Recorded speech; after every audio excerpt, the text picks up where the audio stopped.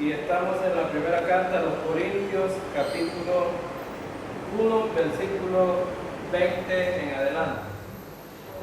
Primera carta a los Corintios, capítulo 1, versículo 20. En el estudio pasado estuvimos viendo acerca de una exhortación que Pablo hace a mantener la unidad entre la iglesia. Y eran como tres cosas esenciales que pedía él ahí en versículo 10 hasta el versículo 19. Y estuvimos viendo precisamente que él pedía, por lo menos que los creyentes se pusieran de acuerdo, ¿verdad? En el versículo 10 dice, os ruego, hermanos, por el nombre de nuestro Señor Jesucristo, que todos os pongáis de acuerdo y que no haya divisiones entre vosotros. Otra cosa que pedía él es que no hubieran divisiones. La iglesia estaba dividida en sectores, unos que eran de Pablo, de Apolos, de Pedro y de Cristo, ¿verdad? Entonces, vemos que fueron algunos puntos que tocamos en el estudio anterior. Otra exhortación fundamental es que permanecieran unidos, ¿verdad? Como iglesia, eso es algo esencial, ¿no? La unión es vital para la vida de una iglesia. Cuando las iglesias están divididas, hay serios problemas. Algunos jalan por un lado, por otro lado, y resulta que al final solo los miembros de la iglesia son conflictos. En una iglesia que estuvimos pastoreando en un caserío de Resori que se llama El Coyol,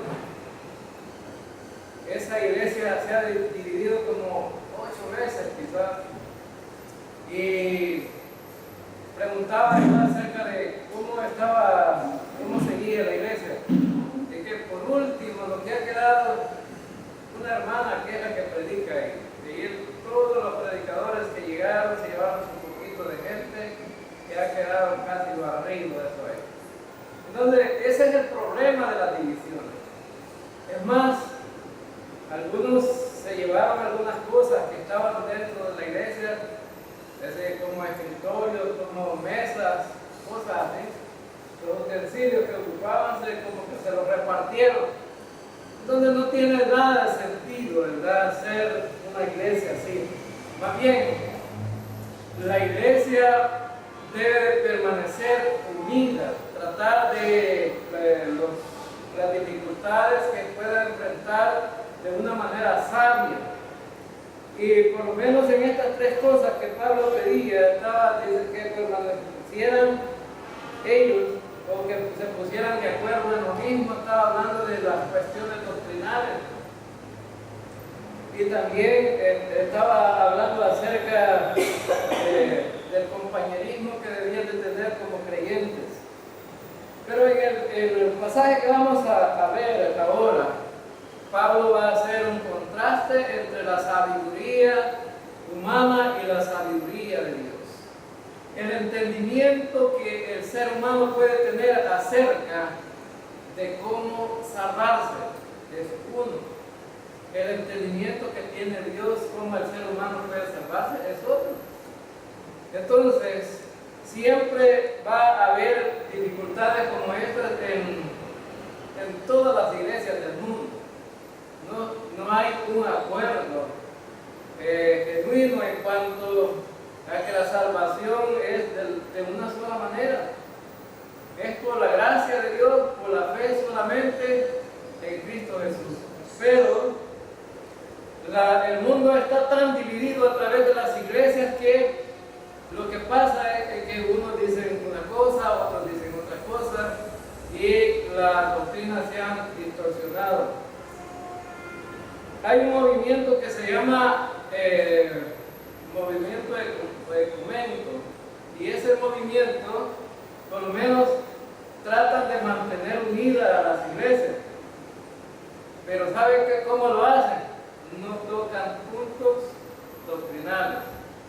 Porque si se tocan puntos doctrinales, se divide.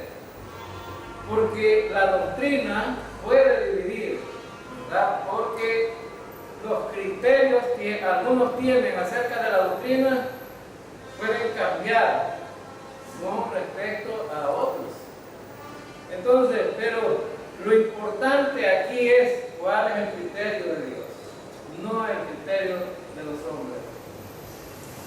Y entonces estamos viendo aquí que se habían hecho algunos grupos, y dentro de esos grupos, por lo menos no, aquí el apóstol Pablo no menciona cuál era el rumbo que iba siguiendo cada uno doctrinal. Más sin embargo, él les llama a tener un mismo pensamiento, una misma forma de pensar. Pero sí, los líderes estaban causando divisiones dentro de ellos. Unos seguían a unos y otros a otros. Entonces, ese era un problema serio. Ahora, vemos entonces que lo que vamos a aprender con respecto a esto es que la iglesia debe tener una visión correcta acerca de cómo quiere que Dios se maneje la iglesia. En la carta a los Corintios siempre vamos a ver el aspecto carnal. Era un problema serio de la iglesia, la carne. Porque también la iglesia estaba centrada en un mundo donde se desarrollaban diferentes formas de pensamiento. La filosofía griega, por otro lado la influencia romana, y por otro lado el judaísmo, y por otro lado, bueno, aquellos que se centraban más que todo en la sabiduría, la filosofía. Entonces todos estos grupos, estos movimientos hacían tambalear la forma de pensar de la iglesia. Entonces, por lo tanto, la iglesia debe de tener la visión, cuál es el criterio que Dios tiene con respecto a la iglesia y cómo manejarse como iglesia, el criterio que Dios tiene, cómo crecer como iglesia, el criterio que Dios tiene de cómo siendo quizás de diversa forma, los dones que Dios va a dar a cada creyente, aún con esos dones, mantener la unidad de la iglesia. Entonces, eso es lo que vamos a ir viendo continuamente, ¿verdad? Entonces, era el propósito del apóstol Pablo cuando escribió esta sección.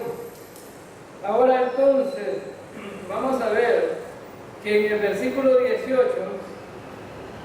Pablo hace alusión a algunas cosas aquí, porque la palabra de la cruz es necedad para los que se pierden, pero nosotros los salvos es poder de Dios. Ahí el apóstol Pablo hace referencia a dos cosas importantes, a dos grupos de personas también que tenían un criterio diferente con respecto a la salvación. Y fíjense que dice que para algunos la cruz era necedad, era necio hablar de la cruz. Para otros era poder de Dios. ¿Por qué era necedad para algunos? Bueno, porque se hablaba de un hombre que había nacido en un pueblecito que se llamaba Belén, y que había crecido ahí como un carpintero, y que era un hombre pobre, y que pues de repente apareció con un ministerio y de repente terminó muriendo en la cruz. Y para los sabios era un problema entender esto, porque decían, bueno, ¿cómo es posible que estén hablando acerca de salvación con respecto a un hombre que muere en una cruz? ¿De qué manera un hombre en la cruz va a salvar estando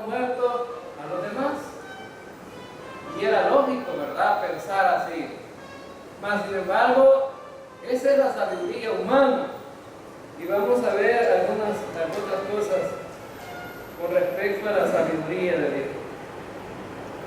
En el versículo 20 dice: ¿dónde está el sabio? ¿Dónde está el escriba? ¿Dónde está el polemista de este siglo? ¿No ha hecho Dios que la sabiduría de este mundo sea necedad? Entonces el apóstol les recuerda, ¿verdad? ¿A dónde están los sabios de este mundo? ¿A dónde están aquellos que hacen sus exposiciones en cuanto a la sabiduría que se conoce en este tiempo? ¿Sabe que los filósofos y los sabios humanos tratan de llevar por dos rumbos casi siempre a la gente en la forma de pensar? Uno, el poder, a través de la sabiduría. Manejan a la gente. La sabiduría otorga poder para manejar a la gente, para arrastrar gente. Y si ustedes se fijan que eso funciona, ¿creen ustedes que alguna persona que ponga su forma de pensar va a tener adeptos y lo van a seguir? Claro que sí. Allí apareció este hombre que se llama ahora el anticristo, ¿verdad? Que en un principio decía que era Cristo, y ahora que es el anticristo. Ahora entonces tiene iglesias establecidas ya en diferentes países del mundo. En San Miguel ya tiene una iglesia ahí. Entonces vemos que la forma de pensar de la gente puede arrastrar entonces a las masas. Entonces vemos que en el tiempo de Pablo, cuando estuvo en Corinto, ahí se manejaba la filosofía y era una forma de arrastrar a la gente. Se manejaba una religión, el judaísmo, que arrastraba gente también.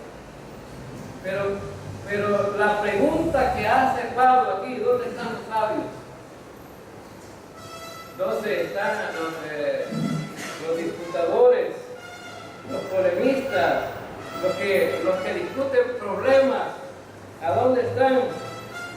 Bueno, entonces dice que Dios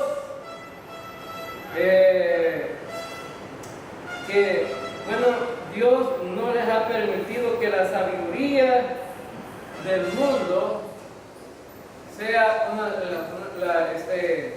la sabiduría que todo el mundo siga, sino que para Dios la ha convertido en locura. La sabiduría del mundo se ha convertido en locura. Aunque aquellos llamaban locos a los predicadores del cristianismo, mas sin embargo dice que para Dios, esa sabiduría es necedad. Son necios aquellos que están discutiendo con diferentes puntos filosóficos para llegar a Dios.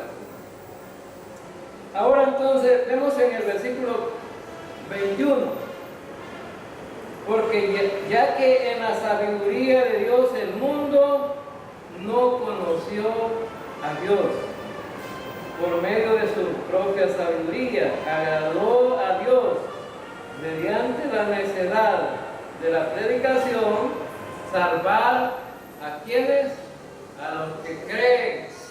Ahora entonces, hermanos, aquí están las grandes contradicciones entre lo humano y lo divino. La gran contradicción entre lo humano y lo divino.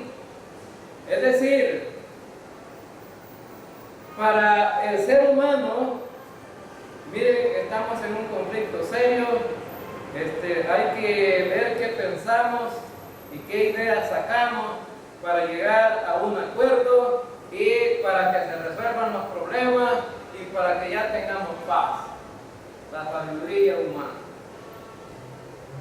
Pero Dios dice que no. Bueno, entonces, y si se trata del punto de la salvación, diría el pensamiento humano: entre más obras buenas hacemos, entre más quizás nos centramos en la caridad, nos centramos en guardar ritos religiosos, nos centramos en hacer aquellas cosas que Dios manda para el pueblo de Israel, entonces a lo mejor alcancemos la gracia y la misericordia de Dios y podemos ser salvos.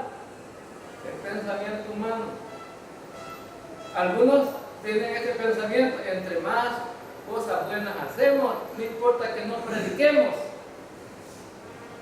Por ejemplo, hay un grupo religioso que está dirigido por la Iglesia Católica, que ese grupo religioso está predicando el Evangelio social. Para ellos, entre más obras se hacen, más se le ayuda a la gente, se le suple la necesidad física, material. Entonces, ahí estamos bien. No es necesario predicar otra cosa. Con eso es suficiente para llegar a Dios. Pensamiento humano. Ahora entonces, y tenemos ese movimiento ecuménico que está máximamente dirigido por la Iglesia Católica y que se llama aquí en El Salvador Visión Mundial. Entonces, si ustedes, por ejemplo, Visión Mundial, ¿qué hace? Da ayudas a la gente. Y es bueno que ayuden a la gente necesitada, claro que sí, pero eso ayuda no va a llevar al cielo a nadie. Ahora entonces, por eso es que aquí encontramos en este versículo 21, porque ya que en la sabiduría de Dios el mundo no conoció a Dios, por medio de su propia sabiduría, agradó a Dios mediante la necedad de la predicación salvar a los que creen. ¿Cómo le llamaban en ese tiempo a la predicación? Le llamaban necedad. Era un necio el que predicaba acerca del Evangelio. Bueno, cuando Pablo habla por medio de la predicación, se trata también de que hay un mensaje. ¿Y cuál es el mensaje que se predica? El Evangelio. Ahora entonces, fíjense bien que aquí en la sabiduría del hombre no nos puede llevar a ningún lado en cuanto a la salvación, pero a través de la predicación sí. ¿Por qué? Porque cuando se predica a Cristo crucificado, el que fue sepultado, el que resucitó al tercer día, estamos enfocados en el Salvador. Y entonces, y cuando el Salvador es proclamado, entonces, y la gente lo cree, entonces la gente se salva. Entonces, de nada serviría que aquí nosotros viniera alguien y nos trajera grandes paquetes de filosofía. ¿A dónde nos va a llevar eso? Más sin embargo, cualquier hombre sencillo, por rústico que sea, cualquier hombre que no sea estudiado, pero que ha comprendido el Evangelio y lo cree, ese se salva. Cualquier hombre que no sea estudiado, pero si entiende el Evangelio y lo proclama a otros, está llevando un mensaje más importante que cualquier orador de cualquier otro tema del mundo. Porque el Evangelio es el mensaje que salva. Amén, hermanos. Es el mensaje que salva. No hay otro mensaje que salva. Aquí se puede predicar en la iglesia diferentes mensajes, pero el único mensaje que salva cuando se predica es el Evangelio. Porque la gente a veces dentro de la iglesia, yo me fijo, veo programas de televisión, a veces se predica de la finanza, se predica acerca de los diezmos, se predica acerca de la ofrenda, y al final termina diciendo: si usted escuchó este mensaje y lo cree, es algo. ¿Creen ustedes que un mensaje de la ofrenda va a salvar a alguien? No puede salvar a nadie. Un mensaje del diezmo no salva a nadie. Ahora entonces, Por eso el apóstol Pablo dice aquí, la salvación es a través del mensaje o de la locura de la predicación del mensaje del Evangelio. Es la única manera como la gente se salva. Por eso es importante y fundamental, hermanos, que cuando hablemos con la gente, no hablemos de cualquier cosa. Si vamos a hablar y nuestra intención es que la gente que anda perdida, si quiere que uno desee, el deseo de uno es que le salve, hay que predicar el Evangelio. Ese es el único mensaje que puede salvar. Ahora entonces, y vemos aquí, en el versículo 21, dice que mediante la necedad de la predicación, la gente se salva hay un requisito ahí. ¿Quiénes son los que se salvan? Los que creen. Así dice el versículo, ¿verdad? Mediante la necedad de la predicación, salvar a los que creen. A los que creen. Y la gente dice, no, pero si yo creo, pero ¿qué es lo que debe de creer? Ahí es donde está la dificultad. ¿Qué debe de creer? No, si hasta el diablo cree. Sí, pero el diablo no cree que se va a salvar. Dice que cuando el diablo oye el mensaje acerca de Cristo, tiembla, porque sabe que ya está condenado. Y en la cruz, Cristo lo venció. Ahora entonces, pero la gente lo que debe de creer es que Cristo murió por sus pecados. Ahora en el versículo 22 dice, porque en verdad los judíos piden señales y los griegos buscan sabiduría. Versículo 23, pero nosotros predicamos a Cristo crucificado, piedra de tropiezo para los judíos y necedad para los gentiles.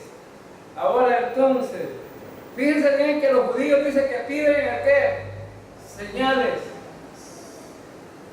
Bueno, hermanos, Dios hizo tantas señales para ellos.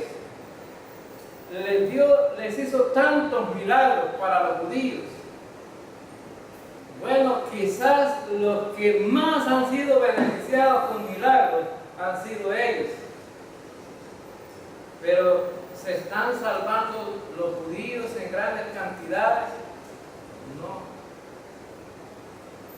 Iban por el desierto y no tenían agua. Toca la roca. Moisés, imagínense de una roca salir agua, ¿verdad? Y en cantidades muy grandes para que la gente saciara su sed. ¿No creen ustedes que era un milagro extraordinario? Para que siguieran creyendo. Pero ¿qué pasa? Que la gente también hoy día está pidiendo milagros, está pidiendo señales, pero la gente lo que le interesa es solamente salir beneficiado y luego olvidarse de Dios. Ese es el interés de la gente. Y miren, aquí se pueden salir todos los muertos del cementerio y andar caminando aquí en Chapetique y la gente no va a creer. Imagínense que sería una gran señal, ¿verdad? Que se levantaran los muertos de ahí del cementerio y vinieran al culto, ¿verdad? Pero la gente no creería. Los judíos siempre estaban pidiendo señales. Es más, Jesús le convirtió el agua en vino, disfrutaron el vino y luego se acabó la fiesta, cada quien se fue para su casa a los días. Andaban queriendo matar a Jesús. ¿Y qué pasó con el milagro del vino? Pues no fue suficiente para eso. Y cuando se encontraban con Jesús, haznos una señal para creer. No creían. Ahora, los griegos, contrario. Los griegos no pedían señales, sino que ellos pedían sabiduría. Y sabe, la palabra filosofía significa amor a la sabiduría.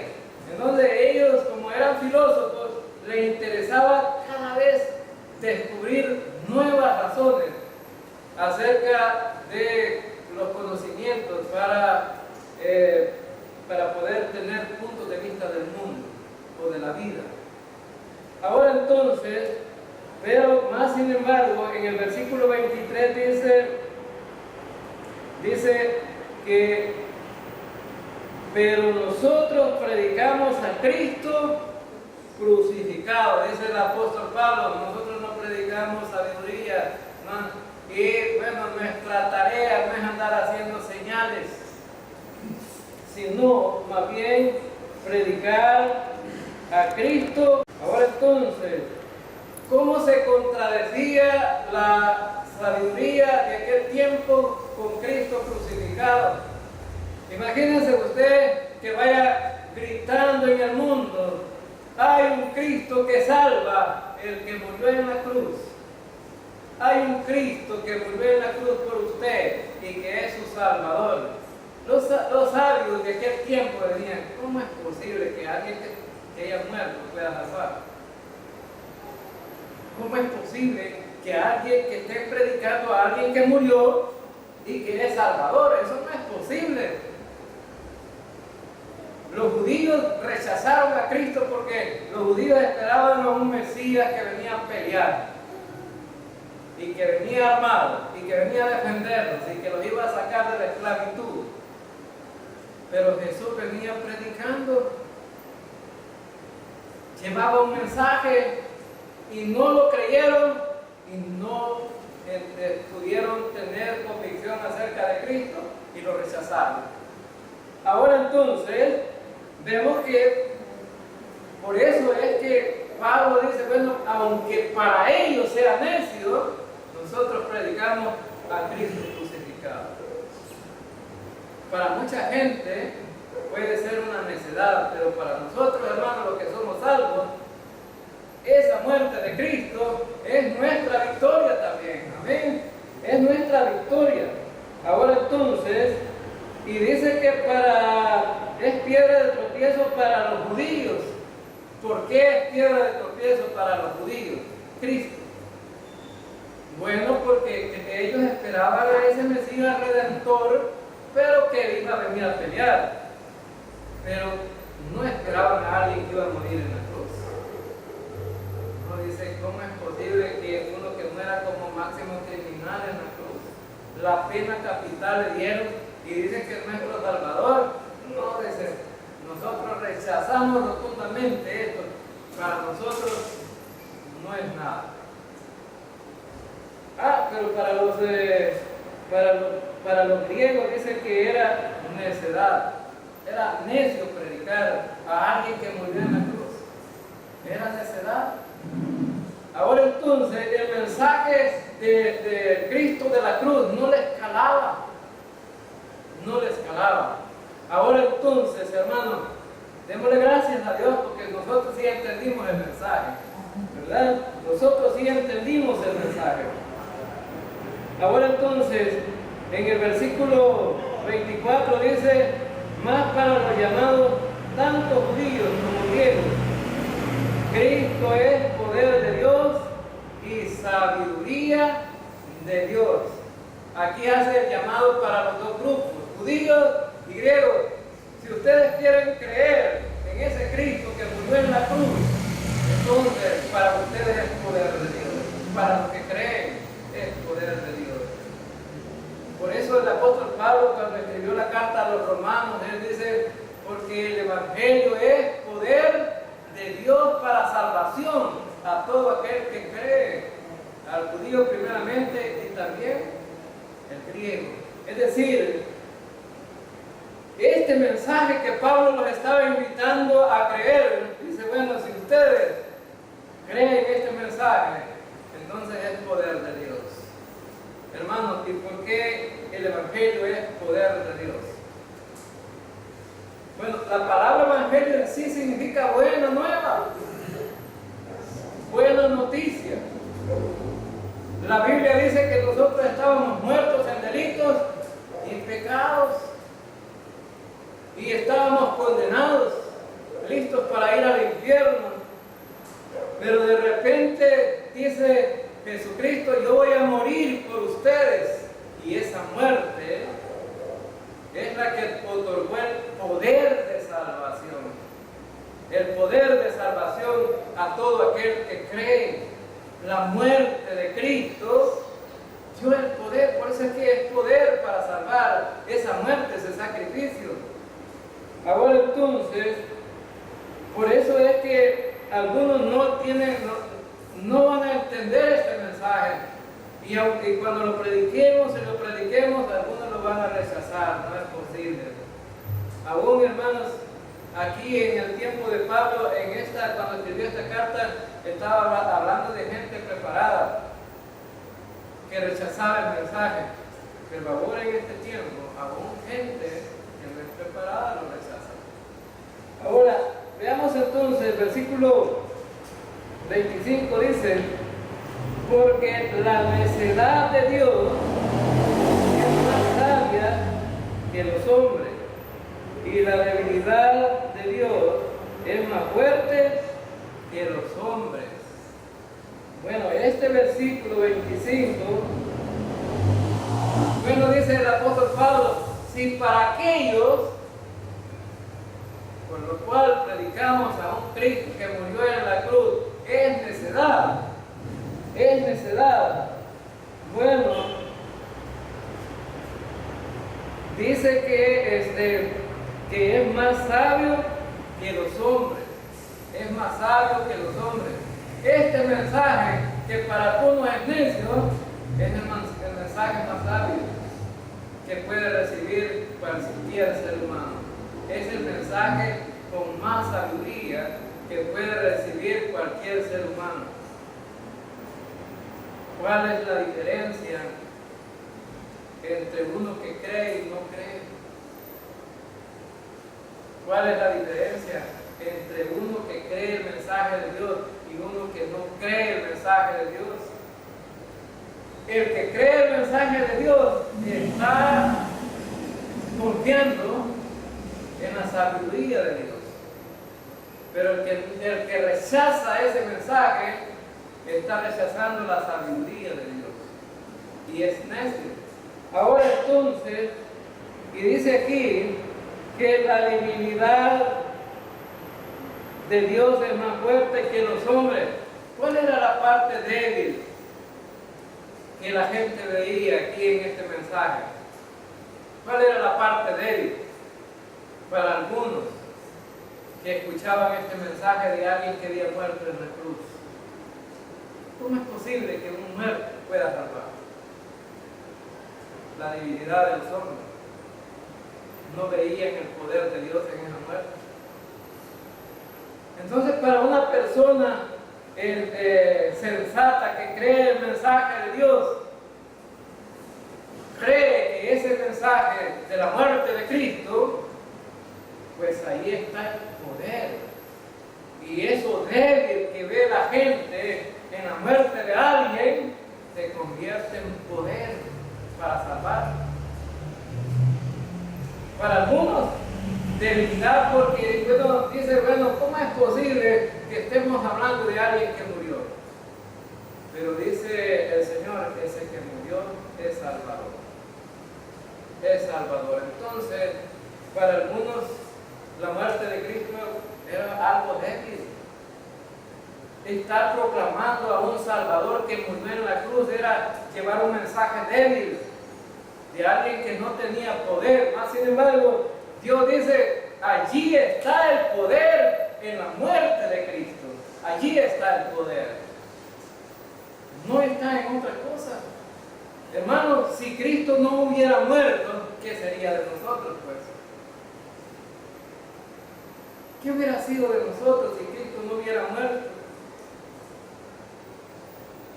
Sin derramamiento de pecado, de sangre, no hay remisión de pecados. Sin derramamiento de sangre, no hay remisión de pecados. Ahora entonces, por eso es que esa muerte de Cristo da un poder. Eso débil que la gente ve, tiene el poder para salvar. Y dice en el versículo 26, Pues considerad, hermanos, vuestro llamamiento.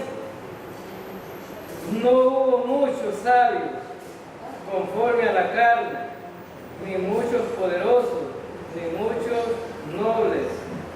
Ahora entonces, hermanos, ahora el apóstol Pablo va a llevar a la iglesia de Corinto a tener una reflexión personal. ¿Quién eres tú? ¿Quién soy yo?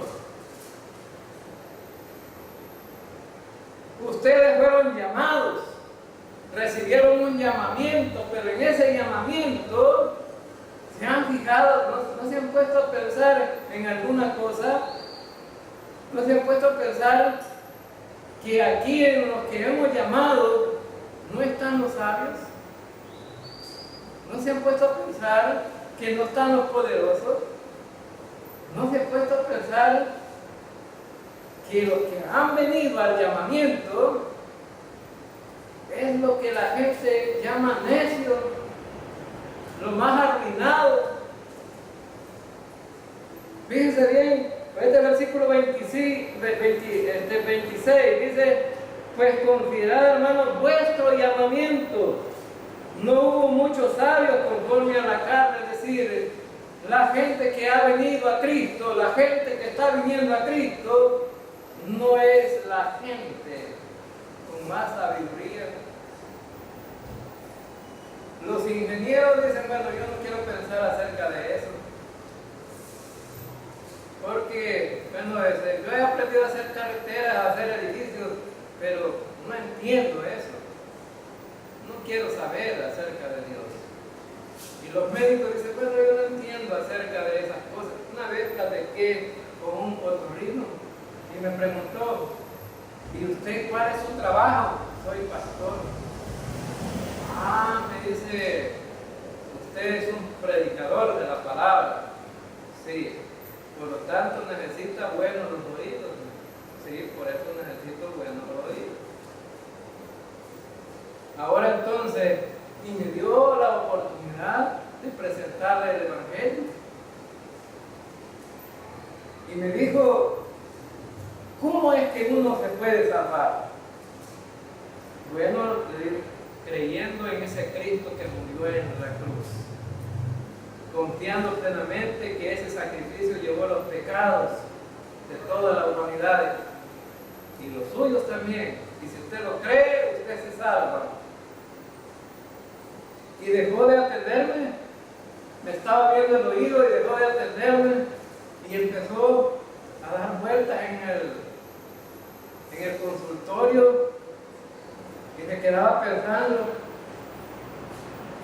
el que confía en alguien que murió en una cruz es salvo y hay que poner su fe. Y se volvía a hacer la pregunta otra vez: el que confía en uno que murió en la cruz es salvo y hay que poner la fe en él. Y al final le dijo, me ha dejado pensando en eso que dijo, pero ¿sabe qué? Tengo un problema que lo voy a meditar y lo voy a tratar de resolver, pero allá en mi casa, yo solo, cuando yo esté meditando, yo solo, porque ahorita tengo que ver el oído, ya no podemos seguir platicando acerca de eso. Ahora entonces, dice, se quedó extrañado cómo alguien que murió en la cruz puede salvar.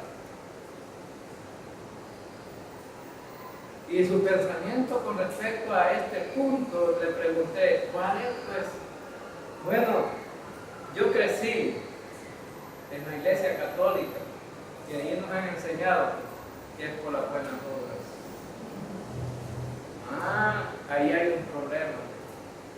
Pues mediten lo que acabamos de platicar. Entonces, siguió con su consulta, pero, más sin embargo, dice, ¿dónde están los sabios? Dice Pablo, que han venido y han creído. La mayoría que está confiando en el Señor es la gente más baja, la menos letrada, la gente que para los demás les parece lo más ruin. Esos son los que están confiando. Se fijan ustedes que en cuanto a la carne, no han venido muchos sabios aquí. Ahora, hermano, pregúntese usted que es un gran privilegio que usted sea salvo. Amén, hermanos. Es un gran privilegio que usted sea salvo porque somos quizás los más ruines, los más pobres, los más débiles, pero podemos decir con humildad y podemos decir con certeza que somos salvos. Amén, que somos salvos. Ahora entonces, y dice aquí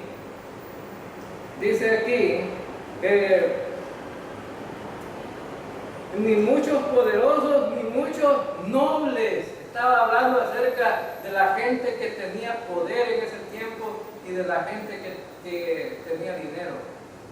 No están viniendo a los pies de Cristo. Dice, fíjate usted que es la gente que más le cuesta salvarse. ¿Hay ricos que son salvos? Claro que sí. ¿Hay gente poderosa que es salvo? Sí, hay algunos, pero la mayoría de gente no quiere saber del mensaje de la cruz. Ahora, versículo 27, sino que Dios ha escogido lo necio del mundo para avergonzar a los sabios, y Dios ha escogido lo débil del mundo para avergonzar a lo que es fuerte. Fíjense bien que a veces la gente se ríe porque de repente aparece un hombre iletrado que fue un gran borracho y de repente aparece como predicador. Y la gente dice, este es un predicador y este ni ha estudiado. Pues Dios le ha dado la capacidad de tener entendimiento de la palabra para avergonzar a los santos. Una vez se me acercó un profesor que ya está retirado y me dice, mire, yo que no entiendo eso de la palabra de Dios, la leo y la leo y no entiendo nada.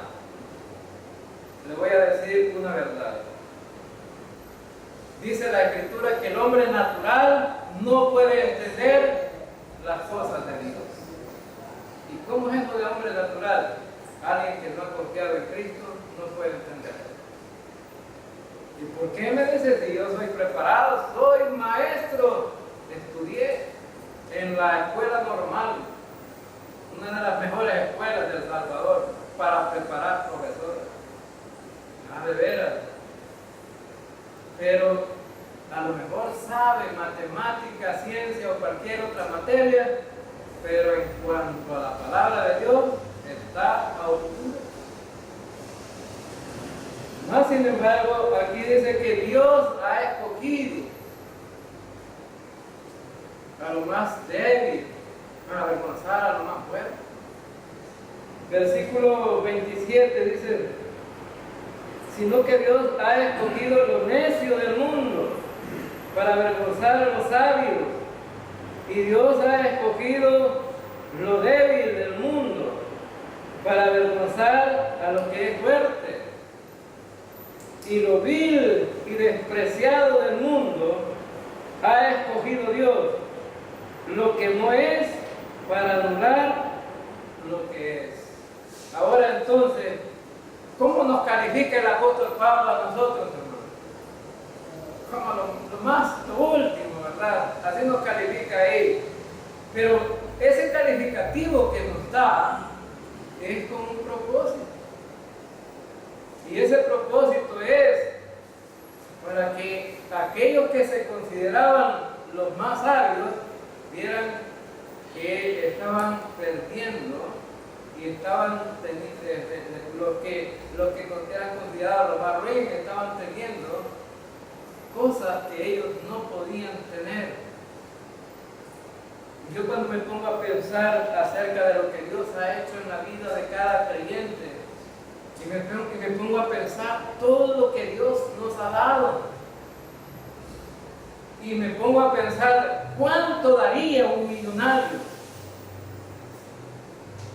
para tener todo lo que nosotros tenemos en el último momento de su vida, que se dé cuenta de que va para el infierno. ¿Cuánto daría un millonario, hermano, por la salvación? Y se diera cuenta que en los últimos momentos va para el infierno. Ay, estoy tantos millones, pero no me manden para allá. Lo siento, no quiso confiar en Cristo. ¿Y cuánto tenemos nosotros, hermanos? Porque hemos confiado en Cristo. Dice que el apóstol, estamos ya casi finalizando la carta a los Efesios, pero el primer capítulo de los Efesios, en los primeros 14 versículos, ahí encontramos una gran lista de bendiciones espirituales que tenemos en Cristo Jesús. Ahora entonces, que no las tienen los millonarios, ni los sabios, ni los ricos, y que no lo venden en las tiendas, ni en las farmacias, ni en el almacén. No lo venden ahí. Ahora, hermanos, ¿cuánto daría la gente por ser un hijo de Dios? Bueno, ¿cuánto daría una gente por ser el hijo de un presidente de Estados Unidos? Ahora entonces, más sin embargo, nosotros no hemos dado nada, pero somos hijos de Dios. Ha sido el regalo que Dios nos ha dado. Una posición en la familia suya. Somos hijos de Dios. Y hemos sido predestinados para la salvación y la vida eterna. Y tenemos esa redención hasta la eternidad. ¿Quién la puede quitar, pues?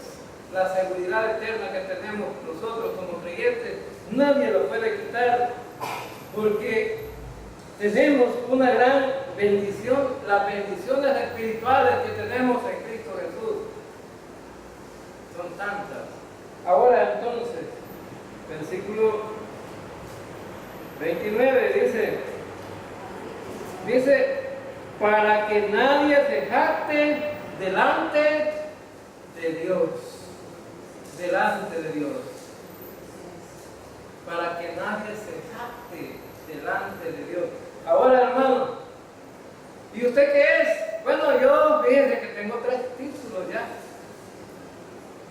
Me gradué de profesor, ahora después en licenciatura en Ciencias de la Educación y ahora soy doctor también. Soy doctor. 3 títulos tengo. Bueno, dice, eso lleva jactancia, ¿no? Pero dice aquí, ustedes tienen todo, son salvos, tienen la salvación, tienen la vida eterna, y no han hecho nada por eso, porque Cristo lo hizo todo, para que nadie se jacte. Él lo hizo todo para que nadie se jacte. La sabiduría humana no ha podido lograr lo que Cristo ha hecho. Y esa es la gran diferencia, para que nadie se jacte. Pero habrá gente que se jacta por la salvación, hermano. Mucha gente que se jacta. No dice, yo voy a ser salvo porque, mire, yo he sudado la camisola. Como que deportista va. Yo he sudado la camisola. Mire, yo he evangelizado, yo he predicado, yo he servido, yo he hecho esto, he hecho lo otro, y por eso yo voy a ser salvo. Hermanos, qué equivocado. Todo eso lo hacemos nosotros porque ya somos salvos, no para salvarnos. Ahora entonces, y estaba escuchando la otra vez a un predicador, ¿verdad? Un pastor que estaba diciendo, no, hermano, hay que esforzarse, hay que ser bueno en hacer buenas obras. Yo todos los días hago buenas obras para poder alcanzar la salvación. Pues ya no tiene nada, le dijo mi esposa, ¿verdad? ¿Y por qué? Porque todo eso que está diciendo ya tuvo la recompensa. Porque hizo una gran lista de lo que sigue casi todos los días. Ya tuvo su recompensa. Porque todo lo que ha dicho ya me lo dijo a mí, ya lo sé yo. entonces quien le puede aplaudir por todo eso soy yo, pero Dios no se lo va a tomar en cuenta para salvarlo. Usted debe de salvarse por confiar en Cristo, es la única manera. No, pero mira, ahí tenemos a Cornelio, que era bueno en buenas obras y en las oraciones, y él se sacrificaba haciendo todo esto.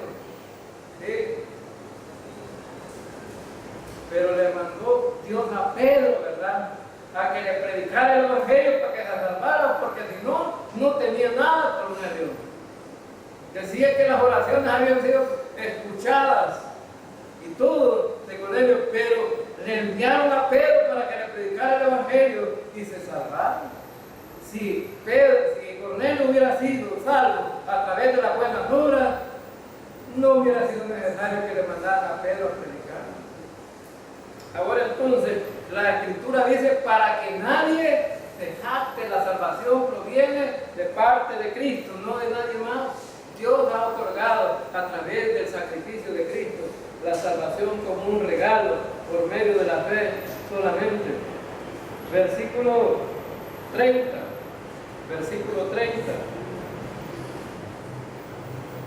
Versículo 30 dice, mas por obra suya estáis vosotros en Cristo Jesús, el cual se hizo para nosotros sabiduría de Dios y justificación y santificación y redención. Tres aspectos importantes de los tres tiempos de la salvación, ¿verdad? Los tres tiempos de la salvación.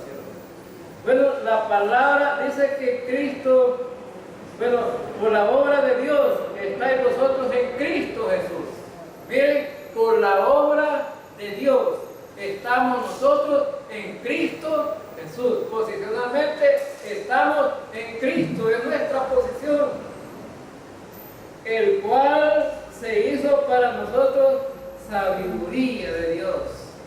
Bueno, lo más sabio de Dios está en tres principios aquí, tres palabras teológicas que nos llevan totalmente a estar seguros en nuestra vida como creyentes y nuestra relación con Dios.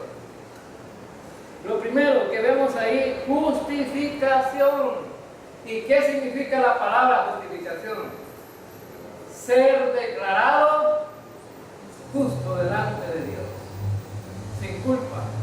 Fue absuelto de la responsabilidad de lo que se le acusaba. No tiene culpa ya. Colosenses capítulo 2, versículo 13, dice que ahí estábamos nosotros muertos en nuestros delitos y pecados. Dice, pero a través del sacrificio de Cristo fueron perdonados todos nuestros pecados, todos nuestros pecados. No hay ningún pecado que no haya sido perdonado. Dios decidió a través de la justificación declararnos sin ningún pecado ya. Delante de Él estamos limpios a través del sacrificio de Cristo. También usa la palabra santificación.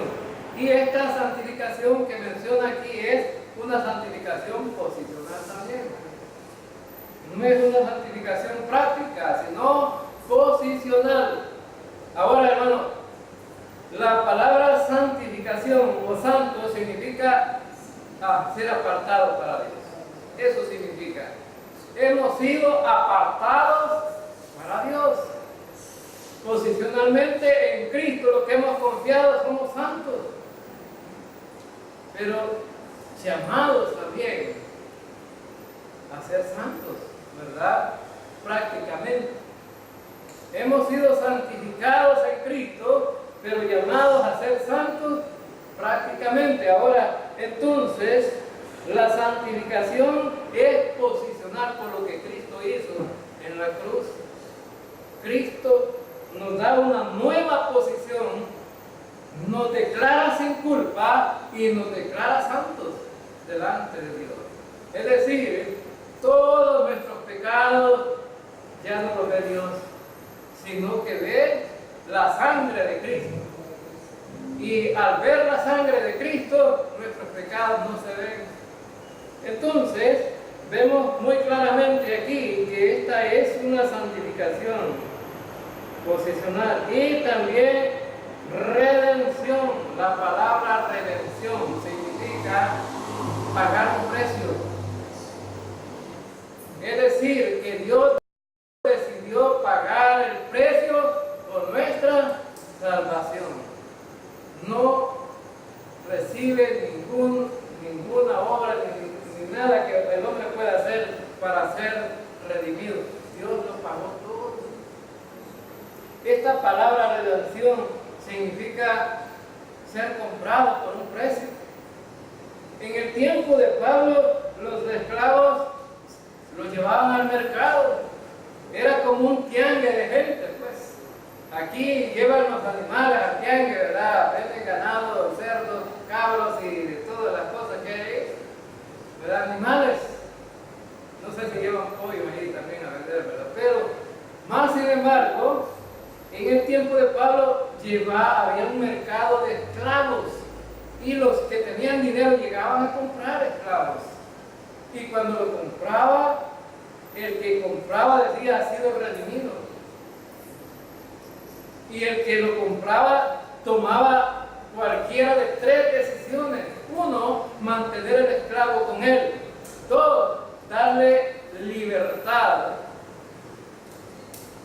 para que ya no fuera esclavo y fuera libre.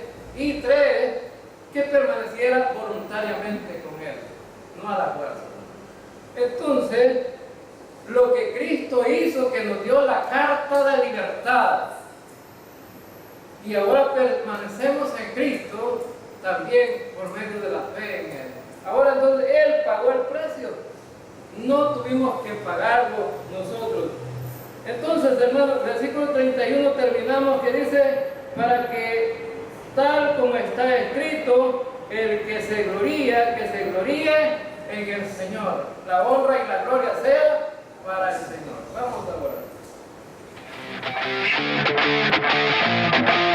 Dio su vida para darnos vida y los buenos siervos van y lo predican. Mientras tanto otros se aprovechan de todo el trabajo que ha costado vidas. Por dinero cantan, brincan, gritan, cuando hacen sus reinos se creen estrellitas. Valen más que nadie los provoque y que mejor me calle porque me pueden quemar. Se vende el Cristo que da la vida.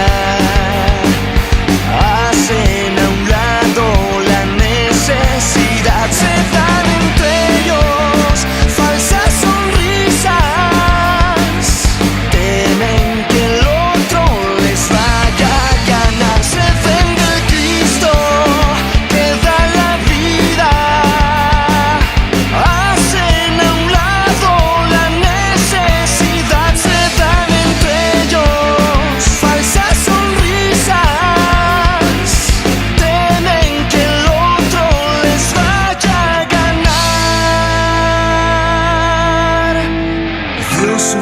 Para darnos vida sin vendernos nada.